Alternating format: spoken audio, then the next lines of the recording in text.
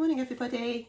I just wanted to hop on today to tell you a bit more about the genetic training that I've been doing recently with LifeCode GX. For those of you that don't know much about genes, they're really responsible for making us all unique. They're responsible for our eye colour and our freckles and our hair colour. So obviously it's passed down from our parents. But there's a lot more emerging science coming out now, which is also a field called nutrigenomics, which is letting us know how our bodies respond to certain vitamins and minerals. It could be really useful to really get to the core of what's happening in our bodies. It also checks for things like how well we are processing histamine, even how well our microbiome is working. But we do have to remember that genetics is the loaded gun, but the environment is the trigger. So it's just a predisposition really. So anything can be altered by our lifestyles and our diet. But it's really interesting to know what our body is predisposed to. And I just thought I'd quickly run through one of the reports that I've had done with them and tell you a little bit more about what I mean. So this is their nutrient core report. There's various different reports that you can get with them. The methylation one is really interesting, but quite complex. I'll probably do another video explaining about that.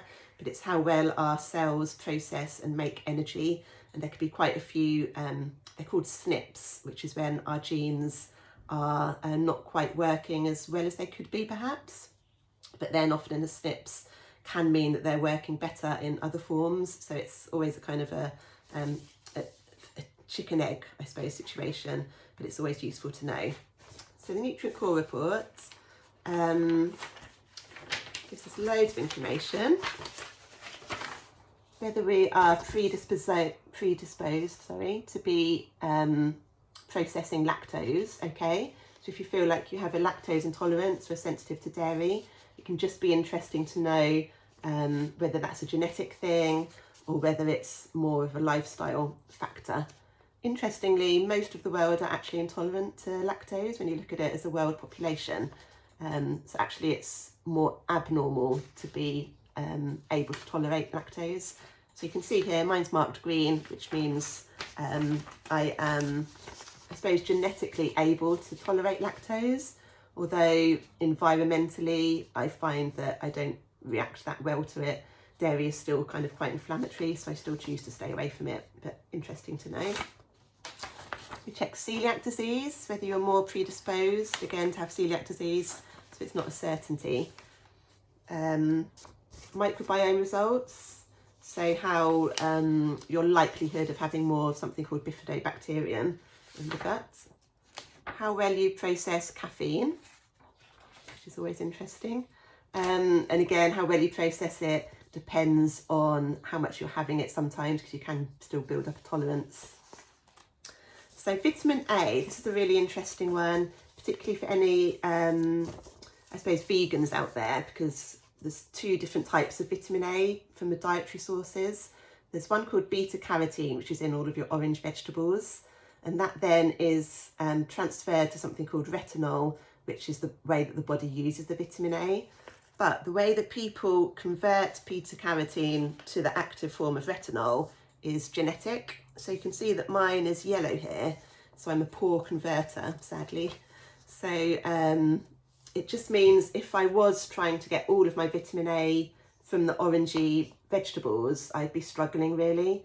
So it's really useful to know that, because if I was eating vegan or vegetarian, I would probably look at maybe testing my vitamin A or maybe supplementing extra with vitamin A. Just a useful thing to know. Sorry if this is backwards, by the way.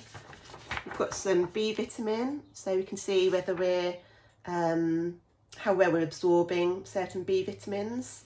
So I am a low B12 absorber. My MTHFR, which you may have heard of, that's quite popular in genetic circles, is okay. So I'm quite good with my B9 genetically, but B12, possibly there's a problem there. So again, maybe an indicator to get checked for B12. I might need to supplement a bit more. Just knowledge really, isn't it? Knowledge is always power. My vitamin C is good. So vitamin D, again, this is always a really useful one to know. So I'm green, I'm good at transporting vitamin D around the body, but my cells are a little bit, I've got reduced sensitivity.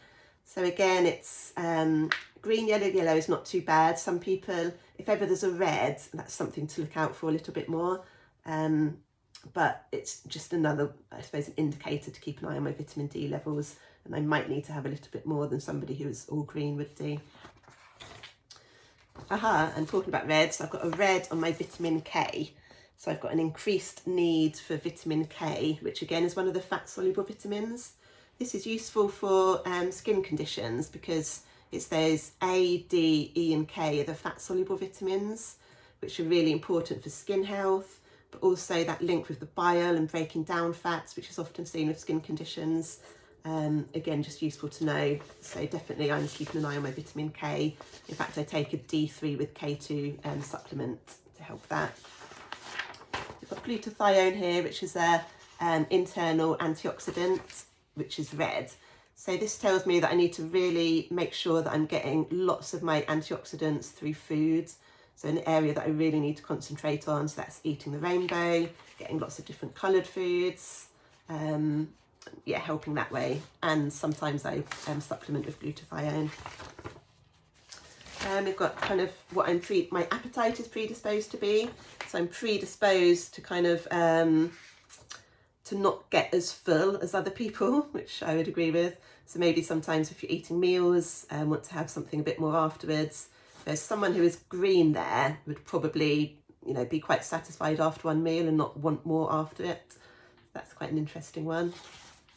We've got how well I'm processing sugar and fat, a bit of a reduced insulin function there, which I do find personally. I had diabetes when I was pregnant, so I'd agree with that.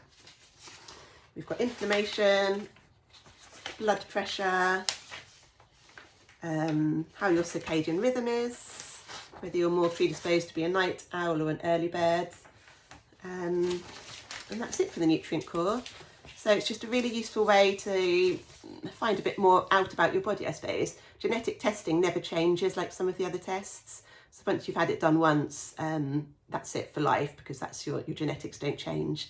So yeah, just an interesting way to find out what we might need to get a bit more from food, or potentially from supplements, or to test to keep an eye on, really.